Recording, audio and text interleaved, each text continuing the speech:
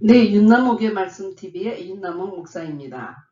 오늘은 좀 제목이 좀 이상한데요. 하나님은 한 입으로 두 말씀을 하지 않으시려고 한 입으로 두 말씀을 하셨다. 그러니까 한 입으로 두 말씀을 하지 않으시려고 한 입으로 두 말씀을 하셨다. 이게 도대체 무슨 뜻인가? 여러분과 함께 생각해 보고자 합니다. 그동안 윤남옥 말씀 TV에 성서 연구를 많이 올려드리지 못했습니다. 밴드를 시작하고 제가 너무 바빠가지고 이것을 못 올려드렸는데 오래간만에 여러분들을 만납니다. 윤남옥 말씀 TV에 오신 여러분들 환영합니다. 성경에 보면은 하나님은 변개하지 않으시는 분, 그래서 어제나 오늘이나 영원토록 동일하시다. 그래서 3상 15장 29절에는 이스라엘의 지존자는 거짓이나 변개함이 없으시니 그는 사람이 아니심으로 결코 변개하지 않으심이니이다 하니 라는 말씀처럼 그분은 사람이 아니기 때문에 주님의 말씀하신 것에 이렇게 변동이 있다든지 그런 것이 없다는 말씀이 성경에 여러 번 나옵니다. 그러나 우리 주님이 또 사람 지으셨음을 한탄하기도 하고 그리고 또 그 사람들에 대해서 또 후회하시기도 하고 사울을 이스라엘 왕으로 삼은 것을 후회하시기도 하고 하는 모든 면이 뭔가 서로 어긋난다. 여러분 그런 생각을 해본 적이 없으세요? 한번 너는 정령 죽으리라. 그럼 너는 죽어야 되는데 또 하나님이 정령 죽지 않고 살기를 또 만드시는 또 하나님. 네. 하나님이 뭐를 후회하셨으면 아니 후회하실 일을 왜 하실지? 라고 우리가 많은 질문을 하게 되는데 신학적으로 많은 그런 문제들이 성경에 있다고 생각합니다. 그래서 이 문제에 대해서 제가 여러분과 함께 생각해 보고자 합니다. 그러니까 우리 주님은 어제나 오늘이나 내일이나 항상 동일하신 분이시죠. 그리고 그분이 한번 결정하신 거는 계속적으로 밀고 나가셔야 되리라고 저는 생각하는데요. 이렇게 그 성경의 표현을 보면 뭐 후회하셨다. 사울을 헌택하신 것을 후회하셨다. 아니 그러면 주님이 그걸 처음부터 모르셨습니까? 선악을 알게 하는 나무의 실과를 하나님 사람들은 안 따먹으리라고 주님은 생각하셨습니까? 그럼에도 불구하고 왜 그런 것들을 만들어서 주님이 또 후회하시는가요? 그러니까 이것은 우리가 신학적으로 생각하면 일관성이 없다. 그렇게 생각할 수도 있고요. 그래서 오늘 성경 말씀을 보게 되면 이스라엘 백성을 심판하여 다 죽이려는 하나님의 뜻과 그 뜻을 돌이키려는 모세의 중보기도가 나오는 걸 보게 되죠. 그렇다면 하나님의 변개치 않은 성품에 맞게 하려면 하나님은 계속적으로 이 심판을 밀고 나갔어야 되는데 그러나 하나님이 뜻을 돌이키는 장면이 나오는 것을 보게 됩니다. 저도 이런 체험을 많이 했어요. 고등학교에서 출석한 어디에 출석한 학생들만 단체로 영화를 간다 허락한 적이 있어서 저는 열심히 출석을 했더니 극장에 가보니까 출석도 제대로 하지 않고 몰래 극장가를 다니는 소위 품행 단정하지 않은 학생도 그곳에 와 있는 것을 보았습니다. 그때 나는 무슨 생각을 했냐면 나처럼 열심히 교회 다니고 하루도 안 빠지고 주일날 교회 가고 하는 사람들을 구원하시는 것이 아니고 그냥 엄청 이렇게 막 놀고 막 살던 사람들도 천국에 들어오면 정말 내가 그 하나님 어떻게 믿을 수 있을까? 형평색에 어긋날 것이다. 그때 나는 정말 실망할 것이다. 하면서 그런 학생들을 들여보내는 선생님들이 너무 싫었던 적이 있었습니다. 교회 학교에서 내가 5번 주일에 출석하는 학생들을 방학이 되면 디즈니랜드에 데리고 가겠다고 약속을 했습니다. 그런데 한번 결석한 학부형이 찾아와 꼭 데리고 가달라고 해서 할 수 없이 넣어주었습니다. 그러자 출석을 잘한 학부형이 나에게 이렇게 거짓말을 하면 어떻게 하냐? 왜 약속을 안 지키냐? 하면서 화를 내며 자기 아이들을 집으로 데려간 적이 있어서 그때 참 난감했던 적이 있었습니다. 또한 우리 자녀들에게 디즈니랜드에 데리고 간다고 한 날 교인이 갑자기 임종을 했습니다. 그래서 너무 바쁘고 준비할 것이 많아서 못 갔습니다. 또 약속대로 그 다음 토요일에 가려고 했는데 그때는 또 너무 입장료가 비싸 돈이 없어 못 갔습니다. 그랬더니 아이들이 저곳에 둘이 모여서 쑥덕거리는데 목사도 거짓말한다 하면서 아주 엄마의 말은 믿을 수 없다는 듯이 그렇게 얘기하는 것을 보았습니다. 그때 참 충격을 받았거든요. 그래서 그 다음에는 꼭 약속을 지키기로 제가 굉장히 노력을 해요. 왜냐하면 제가 약속을 지키지 않으면 모든 목사가 거짓말쟁이가 될 것 같은 생각이었기 때문입니다. 그래서 교회에서나 학교에서나 성실하게 자기가 한 말이 그대로 지켜지지 않으면 실망하는 사람들이 여전히 있다는 것입니다. 그래서 잘 지킨 사람들은 상급을 주고 그러지 않은 사람들은 거기 못 들어가고 이런 것이 규율이 계속 지어져야 되는데 이것이 번복되면은 우리의 신실성, 한 입으로 두 말 한다 이런 얘기를 듣게 되는 것입니다. 저도 많이 체험했습니다. 출애굽기 32장 11절부터 14절의 말씀 한번 읽어보면요. 모세가 그 하나님 여호와께 구하여 가로되 여호와여 어찌하여 그 큰 권능과 강한 손으로 애굽 땅에서 인도하여 내신 주의 백성에게 진노하시나이까. 어찌하여 애굽 사람으로 이르기를 여호와가 화를 내려 그 백성을 산에서 죽이고 지면에서 진멸하려고 인도하여 내었다 하게 하려 하시나이까. 주의 맹렬한 노를 그치시고 뜻을 돌이키사 주의 백성에게 이 화를 내리지 마옵소서. 주의 종 아브라함과 이삭과 이스라엘을 기억하소서. 주께서 주를 가리켜 그들에게 맹세하여 이르시기를 내가 너의 자손을 하늘의 별처럼 많게 하고 나의 허락한 이 온 땅을 너의 자손에게 주어 영영한 기업이 되게 하리라 하셨나이다. 그러자 여호와께서 뜻을 돌이키사 말씀하신 화를 그 백성에게 내리지 아니하니라 라고 해서 주님이 약속하신 말은 변개하지 아니하고 그대로 지키셔야 되는데 이번에 보니까 하나님의 뜻을 돌이키셨다. 그것도 모세의 중보기도에 의해서 하나님이 그 뜻을 돌이키셨다라는 얘기입니다. 성경에 보면은 이제 이 모세가 왜 이렇게 기도를 하게 되었냐 하면은 애굽에 있다가 광야로 나오면 이스라엘은 모든 문제가 해결될 줄 알았는데 그것이 아니었죠. 배고픈 자유인, 덥고 먹을 것이 없고 쉴 곳이 없는 이들은 당연히 괴롭고 짜증이 나고 적응이 안 되었습니다.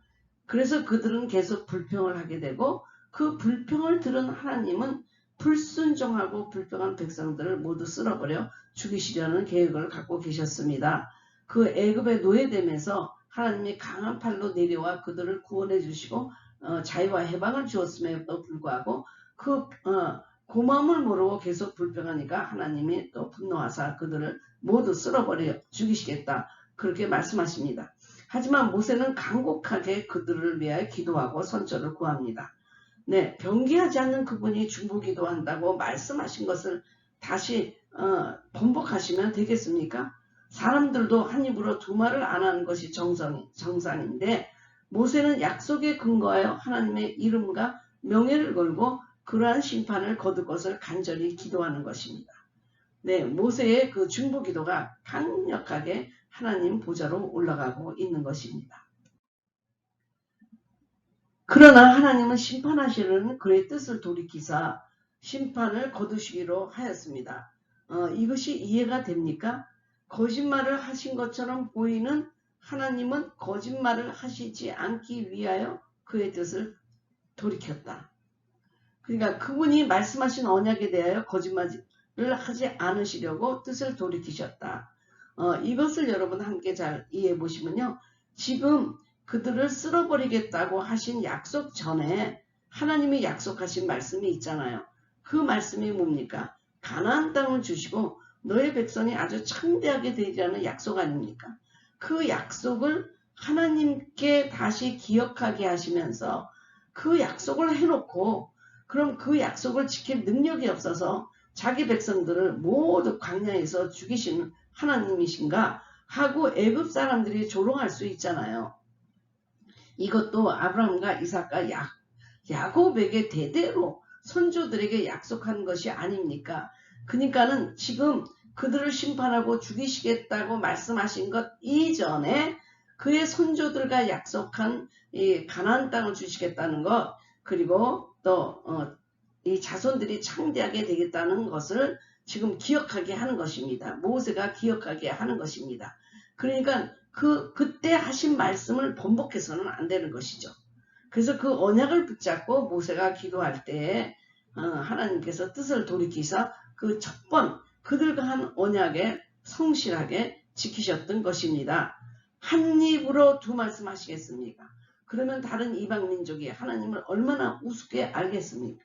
약속도 지킬 능력이 없으신 분이 이 많은 사람들을 이끌고 광야로 나왔나요? 이 땅을 주시겠다고 하신 분, 그리고 자손을 바다의 티끌처럼 주시겠다고 약속하신 분이 이 광야에서 가나안도 들어가기 전에 이 모든 유대 민족들을 죽이면 하나님 어떻게 되겠습니까? 당신을 누구로 생각하겠습니까? 부디 그 첫 번 그 언약, 우리 조상들과 약속한 언약을 기억하십시오 하고 모세는 하나님에게 그 언약을 다시 리마인드, 기억하도록, 회상하도록, 그래서 그 약속에 성실하도록 지금 모세는 하나님과談판을 하는 것입니다. 그러니까 지금 그들을 죽이겠다고 심판하겠다는 것 이전에 그들을 살리겠다고 하신 약속, 가나안 땅을 주겠다고 하신 약속, 창대하게 하시겠다고 하는 그 언약, 그 근본적인 그 언약을 상기시키면서 하나님이 뜻을 돌이키도록 지금 모세는 중보기도 하고 있는 것입니다. 이것을 우리는 하나님의 유동성이라고 말합니다. 하나님이 이랬다 저랬다는 변덕제기가 아니고 우리가 생명을 누리고 살 수 있고 더 풍성하게 사는 길이라면 하나님은 뜻을 돌이킬 수 있다는 것입니다. 그러니까 하나님의 뜻은 궁극적으로 우리에게 생명과 자유, 해방을 주시는 것이지 아니면 우리를 심판해서 죽이고 뭐 이렇게 하시는 것이 아니라는 것입니다. 그래서 유동성이 너무너무 중요합니다. 하나님이 본래 백성들을 구원하기 위해서 광야로 이끌어왔다면 구원을 하시기 위한 그 뜻으로 하나님이 나가셔야지 심판보다는 구원을 상기시켰던 것입니다. 모세가. 그래서 어제도 오늘도 앞으로도 동일하신 하나님의 본질에 어떤 부정적인 영향을 미치는 것이 아니라 오히려 하나님이 은혜로우시고 하나님이 우리를 구원하시겠다고 하는 그 생명과 자유를 향한 그 목적에는 하나도 위배되지 않는다는 것입니다. 그러니까 그 언약에 성실하면서 우리에게 더 깊은 사랑을 나타내시고 은혜를 베푸시는 것, 이것을 하나님의 유동성이라고 말합니다. 만약 이런 유동성이 없다고 한다면 얼마나 많은 사람들이 그냥 심판에 죽어갔겠습니까? 그래서 마지막으로 한 번 더 생각해 보겠습니다. 만일 하나님이 뜻하신 대로 계속 심판을 해서 이스라엘 민족들이 다 광야에서 죽었다면 어떻게 되었을까? 그런 하나님이시라면 니느웨 성도 다 멸망했을 것이고 아담의 후손은 정녕 다 죽었을 것입니다. 음행을 하면 돌에 맞아 죽거나 아니면 불에 타 죽었을 것입니다. 카인도 그 자리에서 죽음을 면하지 못했을 것입니다. 힘들게 애굽으로부터 해방시킨 이 백성이 광야에서 멸망하고 가나안 땅을 주려는 약속이 지켜지지 않았을 것입니다. 하늘의 별처럼 땅의 티끌까지 많은 후손을 주겠다는 약속도 이것이 어긋날 것이고 부도수표가 되었을 것입니다. 그리고 죄를 일삼는 우리들에게도 소망이 없었을 것입니다. 지금 하나님의 유동성 때문에 온 인류가 구원의 길을 찾았고 새로운 삶, 새로운 기회를 더 얻게 된 것이 아닙니까? 만일 아버지가 유동성이 없다고 한다면 탕자가 다시 아들로 받아들여졌겠습니까? 그래서 하나님의 유동성은 은혜 중에 은혜입니다.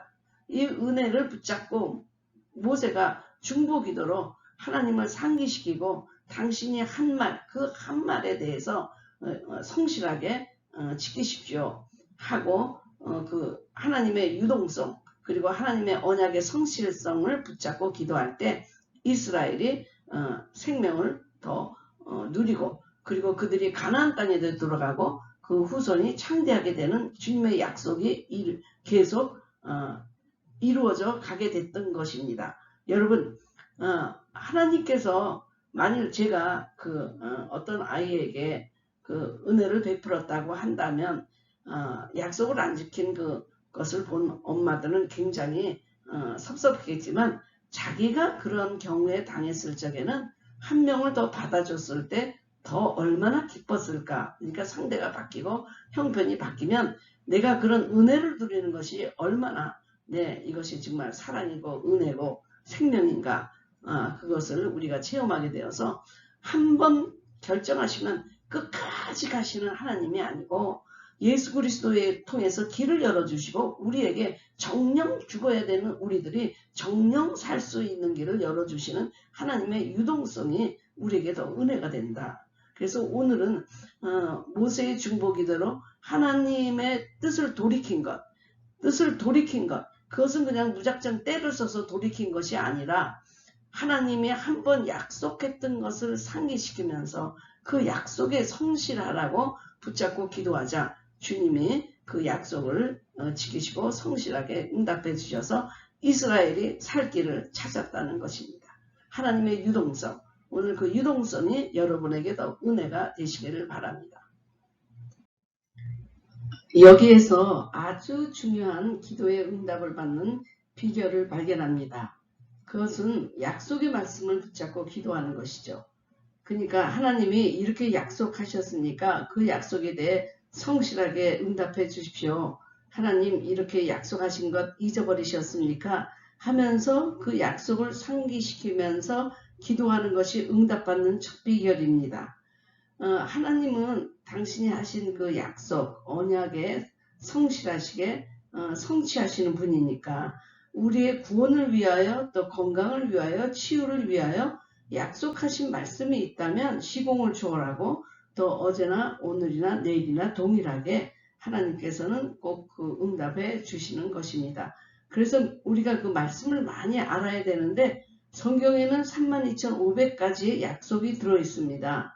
정말 이걸 뭐 다 세보지는 않았지만 그 정도 있다고 하는데 그 약속이 우리가 믿고 그 약속을 붙잡고 기도하면 다 그게 우리 거가 되는 거거든요. 그러니까 기도의 응답을 많이 받기 위해서는 말씀을 더 많이 알아야 된다는 얘기죠. 제가 말씀 보약 2000을 그 약속의 말씀 2000을 제가 32,500가지 중에서 2000을 뽑아서 여러분들에게 이제 책을 보급하고 있는데요. 저는 이 말씀 보약을 가지고 치유할 때도 그 치유에 대한 약속의 말씀을 붙잡고 또 부자가 되기 위해서도 부유하게 하시겠다는 하나님의 약속의 말씀을 붙잡고 하여튼 그 분야에 맞는 말씀을 붙잡고 기도할 때 하나님께서 우리에게 기도를 응답해 주셔야 된다는 것입니다. 왜냐하면 우리가 간구하기 전에 주님이 먼저 약속해 주신 것이기 때문입니다. 이 말씀 보약 2전은요. 이거는 한국에서 출판한 책이고요. 미국에서는 또 코일 바인딩으로 된 것이 두 종류가 미국에서도 구입하실 수 있습니다. 코일 바인딩 한 것이 더 읽기가 쉽다면 그것으로 주문하시면 저희가 보내드릴 수 있는데 말씀 보약 2000 주님이 이렇게 약속하신 것 그것을 제가 일일이 다 새벽에 일어나서 그 성경이라는 책에 들어가서 캐온 아주 산산과 같은 보약입니다. 그래서 응답을 많이 받는 분들이 어떻게 저렇게 응답을 많이 받을까? 그것은 그 하나님께서 응답해 주시지만 안 되는 그 비밀을 알고 있기 때문입니다. 그게 뭡니까? 예전에 약속했던 그 약속을 상기시키면서 주님이 이렇게 말씀하시지 않으셨습니까? 주님이 그 말씀에 성실하게 응답해 주시는 분이 아니십니까? 그렇지 않다면 왜 약속하셨습니까? 하면서 기도하면 하나님께서 들어주신다는 것, 그 비결도 여기서 발견하면 좋겠습니다. 지금 현재 매누아 여름 계절학교를 신청하고 있습니다. 6월 5일부터 7월 5일까지 한 달 동안 신청을 받고 있고요. 그리고 또 이것은 7월 10일부터 매주 금요일 오전 9시에 5회를 하면서 공부하게 되는 성령 하나님과 성령의 선물들에 대한 그런 강의입니다. 등록회비는 21,000원인데 여러분이 1,000원을 붙이는 이유는 다른 헌금과 구별하기 위해서 그래서 여러분이 31,000원을 만일 입금했다. 그러면 이것은 여름계절학교 등록금이구나 하고 제가 구별하겠습니다. 여러분이 입금을 하고 저에게 댓글을 달아주시면 제가 암호를 드리고 그 암호로 여러분이 지금 여름계절학교 새로운 밴드에 여러분이 가입 신청하시면 제가 허락을 하겠습니다. 그래서 국민은행으로 여러분이 우선 입금을 해주시고 저에게 연락을 주시면 제가 암호를 드리겠습니다. 이 암호는 모든 사람에게 다른 암호입니다.